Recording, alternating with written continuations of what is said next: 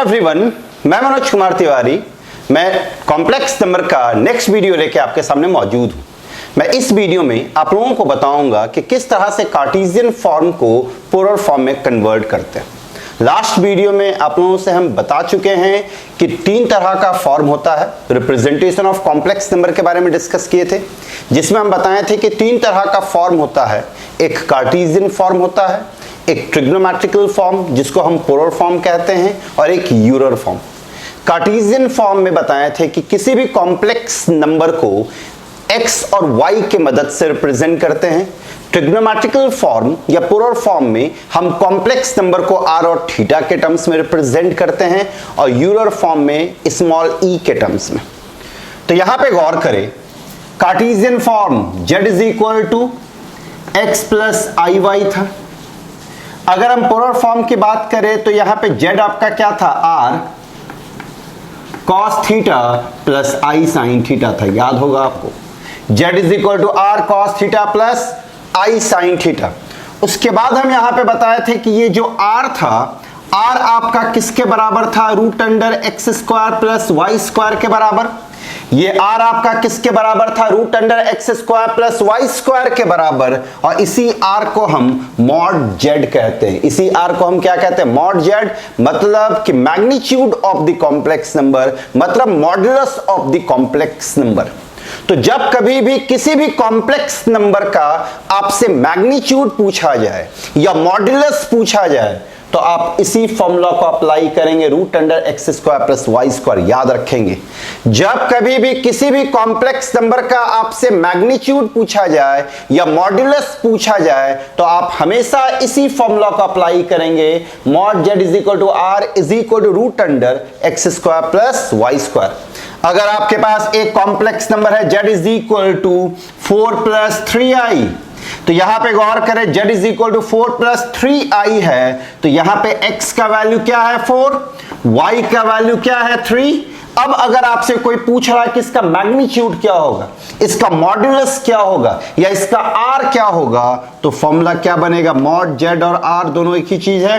Formula होता है root under x square, तो एक्स स्क्वायर के जगह पे 4 स्क्वायर प्लस वाई स्क्वायर के जगह पे 3 स्क्वायर।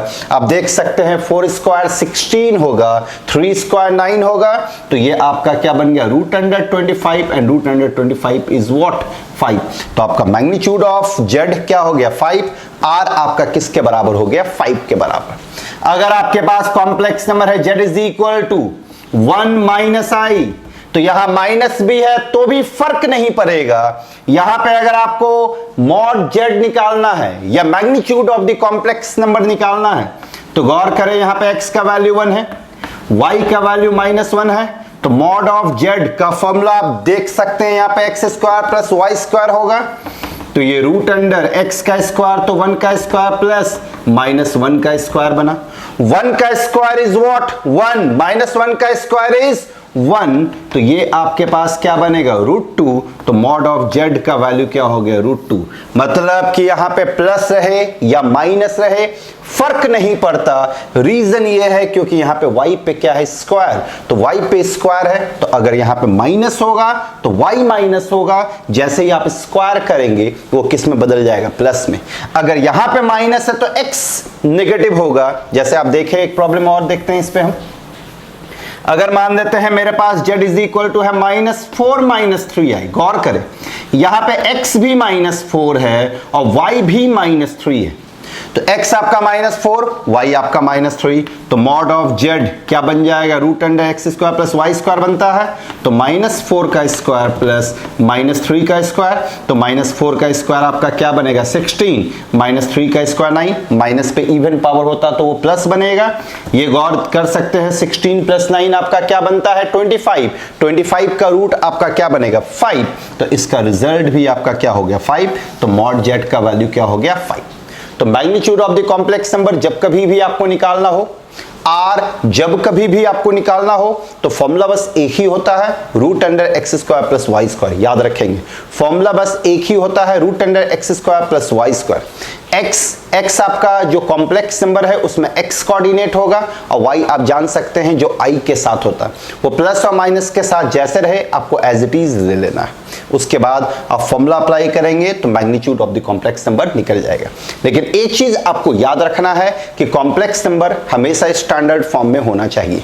अगर कॉम्प्लेक्स नंबर स्टैंडर्ड फॉर्म में नहीं है तो सबसे पहले उस कॉम्प्लेक्स नंबर को हम स्टैंडर्ड फॉर्म में कन्वर्ट करेंगे, कन्वर्ट करने के बाद हम ये फॉर्मूला लगाएंगे। तो ये कहानी था मॉड जेड का, ये कहानी था आपका आर का, या फिर आप कह सकते हैं magnitude of the complex number. तो जब कभी भी magnitude of the complex number निकालना हो, आर निकालना हो, मॉडुलस ऑफ जेड निकालना हो, तो इस प्रोसेस से बढ़ेंगे। अब हम आते हैं, तो यहां पे हम आर का कहानी डिस्कस कर दी। अब हम यहां डिस्कस करने जा रहे हैं थीटा के बारे में। थीटा आप लोगों को हम लास्ट क्लास में पढ़ाए थे, याद होगा कि दो तरह का आर्गुमेंट होता है, एक होता है जनरल आर्गुमेंट और एक होता है प्रिंसिपल आर्गुमेंट। जनरल आर्गुमेंट में हम बताए थे कि कोई भी एंगल जो आप देख सकते हैं, लिख सकते हैं, बोल सकते हैं, वो सब जनरल आर्गुमेंट है। उसी जनरल आर्गुमेंट का एक छोटा सा हिस्सा जो कि माइनस पाई और पाई के बीच लाई करता है, उसी को हम प्रिंसिपल आर्गुमेंट भी कहते हैं। कॉम्प्लेक्स नंबर में आपके पास जब कभी भी एंगल का बात होगा, कॉम्प्लेक्स नंबर में जो आपका आर्गुमेंट होता है, जो आपका एंगल होता है, वो हमेशा प्रिंसिपल आर्गुमेंट होता है। याद रखें, ये बहुत इंपॉर्टेंट पॉइंट है, इसमें बहुत कोई गलती करता है। कॉम्प्लेक्स नंबर में जो आर्गुमेंट होता है, कॉम्प्लेक्स नंबर में जो एंगल होता है, वो हमेशा आपका प्रिंसिपल आर्गुमेंट होता है। और प्रिंसिपल आर्गुमेंट वो वैल्यू होता है जो माइनस पाई और पाई के बीच लाई करे। फिर आपको हम बताए थे कि अगर पाई से अधिक है तो उसको प्रिंसिपल आर्गुमेंट में कैसे कन्वर्ट करते हैं। फिर हम बताए थे कि अगर माइनस पाई से कम है तो उसको प्रिंसिपल आर्गुमेंट में कैसे कन्वर्ट करते हैं। अगर पाई से अधिक है तो 2 पाई सब्ट्रैक्ट करेंगे, और अगर माइनस पाई से कम है तो 2 पाई ऐड करेंगे। मतलब कि प्रिंसिपल आर्गुमेंट में कन्वर्ट करने के लिए, प्रिंसिपल आर्गुमेंट में कन्वर्ट करने के लिए हम 2 पाई और माइनस 2 पाई का हेल्प लेते हैं। अगर कम करना है तो 2 पाई से सब्ट्रैक्ट करेंगे, और अगर बढ़ाना है वैल्यू को तो 2 पाई हम ऐड करेंगे, राइट। अब हम यहां पे इस कॉम्प्लेक्स नंबर को इस फॉर्म में कैसे कन्वर्ट करते हैं ये डिस्कस करने जा रहे हैं। जरा सा यहां पे समझना पड़ेगा सब कुछ अच्छे से, ध्यान दें। थोड़ा ये इंपॉर्टेंट क्लास है, इसको अच्छे से समझेंगे, क्योंकि इसमें जो भी हम एक्सप्लेन करने जा रहे हैं बुक में एज ए फॉर्मूला केवल लिख दिया है, कैसे आया है नहीं पता, जनरली नहीं ही पता होता, आप किसी से भी पूछ सकते हैं। जैसे आपके पास एक कॉम्प्लेक्स नंबर है x प्लस आई वाई, तो जरा सोचिए, अगर हम कुछ एग्जाम्पल ले के बात करें तो ज्यादा अच्छे से आपको समझ में आएगा। ये एक कॉम्प्लेक्स नंबर है, इस कॉम्प्लेक्स नंबर को पोलर फॉर्म में चेंज करना है, मतलब z is equal to r cos theta plus i sine theta में चेंज करना है। जहां पे r के बारे में आपको आइडिया है, r आपका क्या है, root under x square plus y square. अब जरा सा सोचे, हम 4 एग्जाम्पल लेते हैं। एक कॉम्प्लेक्स नंबर है मेरे पास 1 प्लस आई, एक कॉम्प्लेक्स नंबर है मेरे पास, इसको z1 कह दिए, z2 माइनस 1 प्लस आई, एक कॉम्प्लेक्स नंबर है मेरे पास z3 z2 माइनस 1 प्लस आई, एक कॉम्प्लेक्स नंबर है z3 माइनस 1 माइनस आई, और एक और कॉम्प्लेक्स नंबर लिए z4 है मेरे पास प्लस 1 माइनस आई।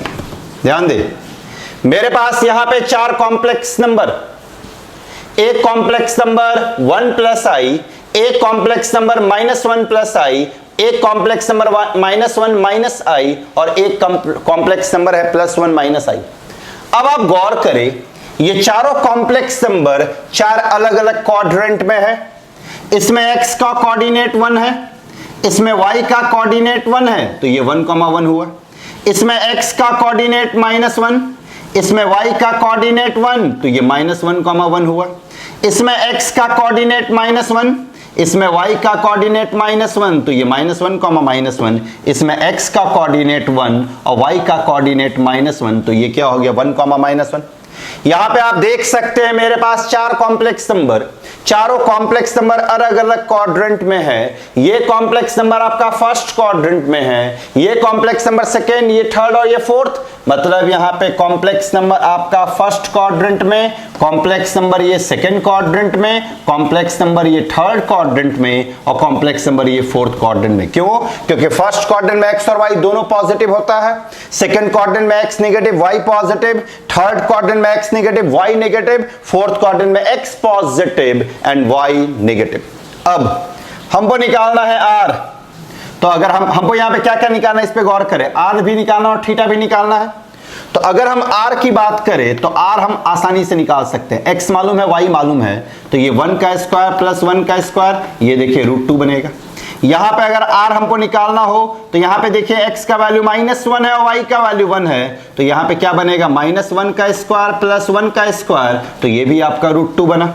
यहां अगर हमको आर निकालना हो तो यहां भी आर आपका क्या बनेगा √2। अब चेक कर सकते हैं कैसे, -1 का स्क्वायर प्लस -1 का स्क्वायर, तो -1 का स्क्वायर आपका +1 बनेगा, यहां पे -1 का स्क्वायर लेंगे +1 बनेगा, तो ये भी √2 आया। यहां पे x1 है, y -1 है, तो यहां पे जब आप लेंगे तो यहां भी आपके पास क्या आएगा, r = √2। तो यहां पे हम क्या देख रहे हैं, चारों कॉम्प्लेक्स नंबर का जो मैग्नीट्यूड है, चारों कॉम्प्लेक्स नंबर का जो r है, चारों कॉम्प्लेक्स नंबर का जो मॉड्यूलस है वो सबका सेम है। सबका क्या सेम है, इसका भी √2 है, इसका भी √2 है, इसका भी √2 है, इसका भी √2 है। लेकिन क्या ये कॉम्प्लेक्स नंबर सेम है? नहीं। ये कॉम्प्लेक्स नंबर 1 + i, ये कॉम्प्लेक्स नंबर -1 + i, ये कॉम्प्लेक्स नंबर -1 - i और ये कॉम्प्लेक्स नंबर 1 - i। तो ये चारों कॉम्प्लेक्स नंबर सेम नहीं है। तो जब सेम नहीं है तो कॉम्प्लेक्स नंबर जो पोलर फॉर्म में हमको मिलेगा वो भी अलग मिलना चाहिए। कार्टेशियन फॉर्म में मेरे पास जो कॉम्प्लेक्स नंबर है वो अलग अलग है। ये आपका फर्स्ट में है, ये आपका सेकंड में, ये आपका थर्ड में, ये आपका फोर्थ में है। तो जब ये 4 कॉम्प्लेक्स नंबर अलग अलग है कार्टेशियन फॉर्म में, तो जो पोलर, जब हम इसको पोलर फॉर्म में कन्वर्ट करेंगे तो जो पोलर फॉर्म में 4 कॉम्प्लेक्स नंबर आएगा वो भी अलग अलग आना चाहिए। लेकिन हम यहाँ पे क्या देख रहे हैं, सबका आर क्या आ गया, सेम। तो आर चारों का सेम होगा, मतलब कि ये चेंज किस में करेगा, थीटा में। इन चारों में जो थीटा होगा वो अलग होगा, थीटा जो होगा वो क्या होगा, अलग। यहां पे थीटा जो है वो आपका क्या है, प्रिंसिपल आर्गुमेंट। अब सवाल ये उठता है कि सर ये प्रिंसिपल आर्गुमेंट कैसे निकालेंगे। ध्यान दें, प्रिंसिपल आर्गुमेंट निकालने का तरीका क्या है। आपका कॉम्प्लेक्स नंबर, ध्यान से सुनेंगे समझेंगे, आपका कॉम्प्लेक्स नंबर किसी भी क्वाड्रेंट में रहे, आपका कॉम्प्लेक्स नंबर किसी भी क्वाड्रेंट में रहे, आप उस कॉम्प्लेक्स नंबर का जो एंगल है वो हमेशा फर्स्ट क्वाड्रेंट में निकालेंगे। आपका कॉम्प्लेक्स नंबर किसी भी क्वाड्रेंट में रहे, आप एंगल जो है वो हमेशा फर्स्ट क्वाड्रेंट में निकालेंगे। तो सवाल ये उठता है कि सर फर्स्ट क्वाड्रेंट में कैसे निकालेंगे। फर्स्ट क्वाड्रेंट में जो आप एंगल निकालेंगे वो इस फॉर्मूला से निकालेंगे, tan α = mod y/x। अब सवाल ये उठता है कि सर यहां पे आप मॉड क्यों लिए। ध्यान दीजिए, मॉड हम इसलिए लिए क्योंकि हम अभी आपको क्या बताया कि आपका कॉम्प्लेक्स नंबर किसी भी क्वाड्रेंट में हो, आप एंगल निकालेंगे फर्स्ट क्वाड्रेंट में। फर्स्ट क्वाड्रेंट में एक्स और वाई दोनों पॉजिटिव होता है, लेकिन क्या हर एक क्वाड्रेंट में एक्स और वाई पॉजिटिव होता है। यहां पे आप देख सकते हैं एक्स नेगेटिव है, वाई पॉजिटिव है, तो ये सेकंड क्वाड्रेंट में है। तो इसको अगर फर्स्ट क्वाड्रेंट में कन्वर्ट करना होगा, इसको अगर फर्स्ट क्वाड्रेंट में कन्वर्ट करना होगा तो इस x को पॉजिटिव बनाना पड़ेगा। तो इस x को पॉजिटिव बनाने की वजह से हमको क्या लेना पड़ेगा, मॉड। यहां पे आप देख सकते हैं आपका कॉम्प्लेक्स नंबर थर्ड क्वाड्रेंट में है, तो इसमें x भी माइनस है, y भी माइनस है। इसको ट्रांसफर करना फर्स्ट क्वाड्रेंट में, तो फर्स्ट क्वाड्रेंट में ट्रांसफर करना, तो फर्स्ट क्वाड्रेंट में ट्रांसफर कैसे होगा, जब x और y दोनों पॉजिटिव हो। तो x और y दोनों पॉजिटिव बनाने के लिए हमको क्या लेना पड़ेगा, मॉड। इस वजह से हम एक फॉर्मूला डिराइव किए, tan α = y/x होगा, tan α = y/x। तो आप गौर करें, आप एंगल निकाल लेंगे किसमें, फर्स्ट क्वाड्रेंट में एंगल निकाल लेंगे। तो यहां से अल्फा आ जाएगा, यहां से क्या आ जाएगा, अल्फा। लेकिन हमको मतलब किससे है, थीटा से मतलब है, मतलब किससे है, थीटा से। अब ध्यान दें, अगर आपका कॉम्प्लेक्स नंबर, यहां पे कॉम्प्लेक्स नंबर 4 क्वाड्रेंट में है, अगर आपका कॉम्प्लेक्स नंबर फर्स्ट क्वाड्रेंट में हुआ, अगर आपका कॉम्प्लेक्स नंबर फर्स्ट क्वाड्रेंट में हुआ, तो जो यहां पे अल्फा आया है वही आपका प्रिंसिपल आर्गुमेंट होगा। जैसे फर्स्ट क्वाड्रेंट पे ये आप देख सकते हैं फर्स्ट क्वाड्रेंट में है, तो जो अल्फा निकलेगा वही आपका प्रिंसिपल आर्गुमेंट कहलाएगा। अगर आपका कॉम्प्लेक्स नंबर सेकेंड क्वाड्रेंट में हुआ, तो अल्फा तो आप निकाल लेंगे इस फॉर्मूला से, तो प्रिंसिपल आर्गुमेंट जो होगा वो बनेगा पाई माइनस अल्फा। अगर आपका कॉम्प्लेक्स नंबर थर्ड क्वाड्रेंट में हुआ, तो इस केस में प्रिंसिपल आर्गुमेंट जो बनेगा वो अल्फा माइनस पाई बनेगा। और अगर आपका कॉम्प्लेक्स नंबर फोर्थ क्वाड्रेंट में हुआ, तो यहां पे जो आपका प्रिंसिपल आर्गुमेंट बनेगा वो माइनस अल्फा बनेगा। इस चीज को आपको दिमाग में रखना है हमेशा। अगर आपका कॉम्प्लेक्स नंबर फर्स्ट क्वाड्रेंट में है तो थीटा क्या बनेगा, अल्फा के बराबर। अगर आपका कॉम्प्लेक्स नंबर सेकेंड क्वाड्रेंट में है तो प्रिंसिपल आर्गुमेंट क्या बनेगा, पाई माइनस अल्फा। अगर आपका कॉम्प्लेक्स नंबर थर्ड क्वाड्रेंट में है तो थीटा क्या बनेगा, अल्फा माइनस पाई। और अगर आपका कॉम्प्लेक्स नंबर फोर्थ क्वाड्रेंट में है तो थीटा क्या बनेगा, अल्फा। और अल्फा हम इस फॉर्मूला से निकालेंगे, tan alpha is equal to y by x. याद रखें, tan alpha is equal to y by x. यहां से हम क्या निकाल लेंगे, अल्फा का वैल्यू। अब हम इस प्रॉब्लम को बनाते हैं और देखते हैं क्या आता है। ये थीटा ही आपका प्रिंसिपल आर्गुमेंट है और आर आपको निकालने का तरीका मालूम है। तो अगर हम इसकी बात करें, फर्स्ट कॉम्प्लेक्स नंबर की बात करें, तो फर्स्ट कॉम्प्लेक्स नंबर को हम सबसे पहले निकालते हैं। हम चारों कॉम्प्लेक्स नंबर को निकालेंगे और देखेंगे क्या रिजल्ट आ रहा है। गौर कीजिए, यहां पे r का वैल्यू आ चुका है √2। हम tan अल्फा निकालने जा रहे हैं। tan अल्फा का फॉर्मूला क्या बनेगा, y बाई एक्स। तो यहां पे y क्या है, 1 है, x क्या है 1, तो ये 1/1 हुआ। ये 1/1 मतलब 1 आ गया। तो आप खुद देखिए, tan अल्फा आपका अगर 1 आया तो अल्फा का वैल्यू क्या होगा, π/4 होगा। आप यहां पे देख सकते हैं ये कॉम्प्लेक्स नंबर किस में लाई कर रहा, फर्स्ट क्वाड्रेंट में। तो हम क्या बताएं कि फर्स्ट क्वाड्रेंट में लाई करेगा तो थीटा और अल्फा क्या होगा, सेम। तो यहां पे थीटा आपका अल्फा के बराबर हो गया, मतलब थीटा अल्फा के बराबर हो गया। अल्फा किसके बराबर, π/4। तो थीटा का वैल्यू आ चुका है, आर का वैल्यू आ चुका है। हम जाके यहां पे रख देंगे तो आप खुद देखिए, जेड आपके पास क्या आएगा, आर है यहां पे, तो आर √2 रखे। फिर आप देख सकते हैं कॉस थीटा आपका किसके बराबर है, π/4 के बराबर। तो ये आपका बनेगा कॉस π/4 प्लस आई साइन π/4। बस आप यहीं पे छोड़ेंगे, इसको सिंप्लीफाई नहीं करेंगे। अगर इसको सिंप्लीफाई करते हैं तो वापस घूम के यहीं आ जाएंगे। आपसे कार्टेशियन फॉर्म से पोलर फॉर्म में जाने को कहा था, आप कार्टेशियन फॉर्म से पोलर फॉर्म में चले आए। एकदम आराम से निकालेंगे, कुछ नहीं है। सबसे पहले आप हमेशा आर पे फोकस करेंगे, याद रखें, सबसे पहले आप हमेशा आर पे फोकस करेंगे। आर निकालने का एक ही फॉर्मूला होता है, √x² प्लस y²। उसके बाद आप देखेंगे कि आपका कॉम्प्लेक्स नंबर किस क्वाड्रेंट में है। आपको देख के पता चल जाएगा कि कॉम्प्लेक्स नंबर किस क्वाड्रेंट में है। अगर आपका कॉम्प्लेक्स नंबर फर्स्ट क्वाड्रेंट में है तो पहले तो आप अल्फा निकालेंगे इस फॉर्मूला से। अगर फर्स्ट क्वाड्रेंट में हुआ तो जो अल्फा आया है वही प्रिंसिपल आर्गुमेंट होगा। अगर आपका सेकेंड क्वाड्रेंट में आया तो थीटा जो होगा वो पाई माइनस अल्फा के बराबर होगा। अगर थर्ड क्वाड्रेंट में आया तो अल्फा माइनस पाई होगा। और अगर फोर्थ क्वाड्रेंट में आया तो वो माइनस अल्फा होगा। वो क्या होगा, माइनस अल्फा। अगर हम यहां पे दूसरे प्रॉब्लम को देखें, यहां पे आंसर देखिए फर्स्ट क्वाड्रेंट का ही आया। मेरे पास एक और प्रॉब्लम था जिसमें जेड क्या था आपका, जेड था -1 प्लस आई। तो -1 प्लस आई, यहां पे आप x देख सकते हैं -1 है, y आप देख सकते हैं 1 है। सबसे पहले डिसाइड करें ये -1, है। इसको देख के पता चल रहा है कि ये आपका किस में है, सेकेंड क्वाड्रेंट में है। हम यहां से पहले r निकालेंगे। r का फॉर्मूला -1 का स्क्वायर प्लस 1 का स्क्वायर होगा। -1 का स्क्वायर आपका +1 होता, 1 का स्क्वायर 1, तो ये आपका क्या हो गया, √2। तो r का वैल्यू पता चल गया, r का वैल्यू किसके बराबर है, √2 के बराबर। अब हम यहां से tan अल्फा निकालेंगे। tan अल्फा का फॉर्मूला सब के लिए वही, mod of y by x, y आपका 1 है, x आपका -1 है, तो मॉड क्या करता है, माइनस को प्लस में कन्वर्ट कर देता है, तो ये आपका 1 आ गया। तो tan अल्फा अगर आपका 1 आ गया तो यहां से आप बताइए अल्फा निकाल सकते हैं, अल्फा π/4, अल्फा का वैल्यू π/4 आ गया। आपका कॉम्प्लेक्स नंबर किस में है, सेकंड क्वाड्रेंट में, तो कॉम्प्लेक्स नंबर अगर सेकंड क्वाड्रेंट में है तो थीटा क्या बनेगा, पाई माइनस अल्फा। तो हम थीटा निकालते हैं पाई माइनस अल्फा, अल्फा के यहाँ पे π/4 रखे, इसको सिंप्लीफाई किए तो 3π/4 आया, तो थीटा देखिए निकल गया 3π/4।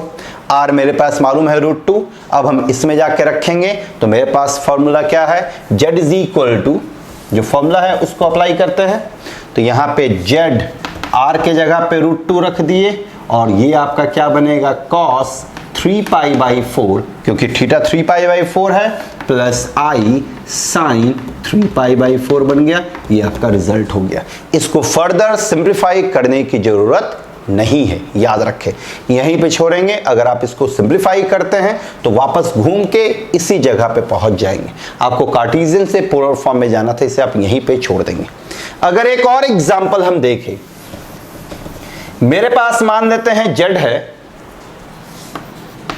-1 - i, आप यहां पे देखें -1 - i है, तो साफ यहां पता चल रहा है कि x -1 है और y -1 है, तो ये -1, -1 किस क्वाड्रेंट में गया, थर्ड क्वाड्रेंट में चला गया। हम यहां पे सबसे पहले r निकालते हैं, r का फॉर्मूला -1 का स्क्वायर प्लस -1 का स्क्वायर होगा, तो ये आपका किसके बराबर हो गया, √2, तो √2 निकल गया। अब हमको सबसे पहले क्या निकालना है, tan alpha mod of y by x, तो यहाँ पे y के जगह पे क्या रखेंगे, -1, x के यहाँ पे -1, तो ये 1 आया, तो tan अल्फा आपका 1 के बराबर आ गया, तो अल्फा का वैल्यू क्या आ जाएगा, π/4। अब आप गौर करें, यहाँ पे आपका कॉम्प्लेक्स नंबर किस में, थर्ड क्वाड्रेंट में, थर्ड क्वाड्रेंट में, तो थीटा क्या बनता है, अल्फा माइनस पाई, तो यहाँ पे थीटा क्या बनेगा, अल्फा, अल्फा के जगह पे π/4 रखे, माइनस पाई, तो ये -3π/4 हो गया, तो ये आपका थीटा हो गया। थीटा आपका -3π/4 आ गया। r आपका √2 है, जाके इसमें पुट कर दे तो r के जगह पे √2, फिर ये क्या बनेगा, cos -3π/4 बना, फिर ये आपके पास क्या आ जाएगा, i sin -3π/4, तो यही आपका रिजल्ट हो जाएगा। आपके पास एक प्रॉब्लम है, z is equal to 1 + 2i divide by 1 - 3i। इस कॉम्प्लेक्स नंबर को भी पोलर फॉर्म में चेंज करना। गौर करें, ये स्टैंडर्ड फॉर्म में तो नहीं है, हम सबसे पहले इसको स्टैंडर्ड फॉर्म में चेंज करेंगे। स्टैंडर्ड फॉर्म में चेंज करने का तरीका क्या है, यहाँ पे 1 - 3i दिख रहा है, हम क्या करेंगे, रैशनलाइज, तो इसको हम रैशनलाइज करते हैं, तो ये 1 + 3i डिवाइड बाई 1 + 3i। अब एलसीएम लेंगे तो ये 1, इसको मल्टीप्लाई किए तो 1 + 3i, फिर ये 2i से मल्टीप्लाई करेंगे, 2i + 6i का स्क्वायर हुआ, डिवाइड बाई, ये देखिए a - b × a + b के फॉर्म में है, तो ये 1 का स्क्वायर माइनस 3i का होल स्क्वायर हुआ। नेक्स्ट आपके पास ये 1 बना, ये i स्क्वायर क्या बनेगा, -6 + 5i बन गया, होल डिवाइड बाई ये 1 बना, i का स्क्वायर माइनस माइनस क्या बनेगा, +9। यहाँ पे देख सकते हैं 1 - 6 है, 1 - 6 आपका किसके बराबर होगा, -5 + 5i/10 हुआ। अलग अलग अगर हम करें तो ये -1/2 + 1/2i हो गया, तो ये आपके पास कॉम्प्लेक्स नंबर आ गया स्टैंडर्ड फॉर्म में, -1/2 + 1/2i। अब आप खुद देखें, यहां पे x का वैल्यू आपके पास क्या है, -1/2, यहां पे y का वैल्यू आपके पास क्या है, 1/2, तो ये किस क्वाड्रेंट में है, x नेगेटिव है, y पॉजिटिव है, x नेगेटिव y पॉजिटिव, मतलब ये आपका सेकेंड क्वाड्रेंट में है, तो सेकेंड क्वाड्रेंट में है तो थीटा के लिए फॉर्मूला कौन सा लगेगा, पाई माइनस अल्फा। अब हम सबसे पहले तो r निकालेंगे, r का फॉर्मूला आप जानते हैं, x का स्क्वायर प्लस y का स्क्वायर, तो ये -1/2 का स्क्वायर और ये 1/2 का स्क्वायर। तो गौर करें, -1/2 का स्क्वायर आपका क्या बनेगा, 1/4, 1/2 का स्क्वायर आपका क्या बनेगा, 1/4, तो ये 1/4 मिलके आपके पास क्या आ जाएगा, r इज इक्वल टू 1/4 + 1/4, मतलब ये आया 2/4, मतलब ये आ जाएगा 1/√2, तो r का वैल्यू आपके पास आ गया 1/√2, तो r तो निकल गया। अब क्या निकालना है, तो थीटा, लेकिन थीटा निकालने से पहले क्या निकालना पड़ेगा, अल्फा। अल्फा का फॉर्मूला आप लोग सभी लोग जानते हैं, अल्फा आपका क्या बनता है, tan alpha, formula mod of y by x, तो y आपका क्या है 1/2 आप देख सकते हैं वहां पे, और x आपका क्या है -1/2। ये कैंसिल होके 1 बना, तो यहां से अल्फा आप खुद देखे π/4 आ गया। सेकेंड क्वाड्रेंट में तो थीटा क्या बनेगा पाई माइनस अल्फा, तो यहां पे थीटा आपके पास क्या बना पाई माइनस π/4, एलसीएम लिए तो ये 3π/4, तो थीटा मेरे पास आ गया 3π/4। आर मेरे पास आ चुका है 1/√2, तो आर पता है थीटा पता है, तो हम आराम से जेड निकाल सकते हैं। तो जेड क्या बनेगा r cos theta plus i sine theta, यही फॉर्मूला होता है। आर के जगह पे 1/√2, फिर कॉस थीटा के यहाँ पे क्या रखेंगे 3π/4 प्लस आई साइन 3π/4, तो ये हो गया आपका रिजल्ट। तो यही था आपका पोलर फॉर्म। कार्टेशियन फॉर्म से पोलर फॉर्म में कैसे जाते हैं ये आपको हम इस वीडियो में तरीका बताएं। इसमें आपको दो चीजों पे ध्यान रखना है, एक आर पे और एक थीटा पे। आर का तो सिंपल फॉर्मूला है √x² + y²। थीटा निकालने से पहले आपको अल्फा निकालना पड़ेगा। अल्फा निकालने का formula tan alpha = mod of y/x। अगर अल्फा आपका निकल गया, फर्स्ट क्वाड्रेंट में है तो थीटा वही अल्फा हो जाएगा, सेकेंड क्वाड्रेंट में है तो पाई माइनस अल्फा होगा, थर्ड में है तो अल्फा माइनस पाई होगा, फोर्थ में है तो माइनस अल्फा होगा। उसके जाके वैल्यू रखेंगे। सिंप्लीफाई लास्ट में नहीं करेंगे, ये नहीं कि इसको हम ब्रेक करके रिजल्ट रहे, इसको ब्रेक करेंगे तो वापस आप घूम के वहीं आ जाएंगे। आपको कार्टेशियन से पोलर में जाना है, इसलिए आपको इसी फॉर्म में रहना है। तो इस वीडियो को अच्छे से देखें। अगर कुछ कंफ्यूजन होता है तो मेरे से पूछें, इससे रिलेटेड प्रॉब्लम को कुछ प्रैक्टिस करें कि आपको थोड़ा भी कंफ्यूजन नहीं हो। Thank you very much.